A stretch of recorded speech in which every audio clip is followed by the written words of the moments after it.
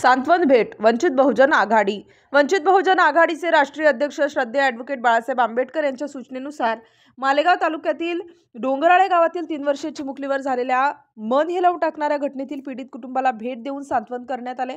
आदरणीय बाळासाहेब आंबेडकर यांचा पीडित कुटुंबाशी सोशल मीडिया प्रमुख जितरत्न पटाई त्यांनी सांत्वनपर संवाद करून भेट दिली। यावेळी जिल्हाध्यक्ष दीपक पवार, जिल्हा महासचिव संजय जगताप, उपाध्यक्ष कैलास लोहार, तालुकाध्यक्ष शशिकांत पवार, उपाध्यक्ष गौतम बोरसे, संपर्क प्रमुख संदीप महिरे, जिल्हा प्रसिद्धी प्रमुख दीपक उशिरे, जिल्हा नेते युवराज भाऊ मगरे व माननीय युवा शहराध्यक्ष सचिन अहिरे, किसन पवार, प्रेम निकम, विशाल पवार उपस्थित होते।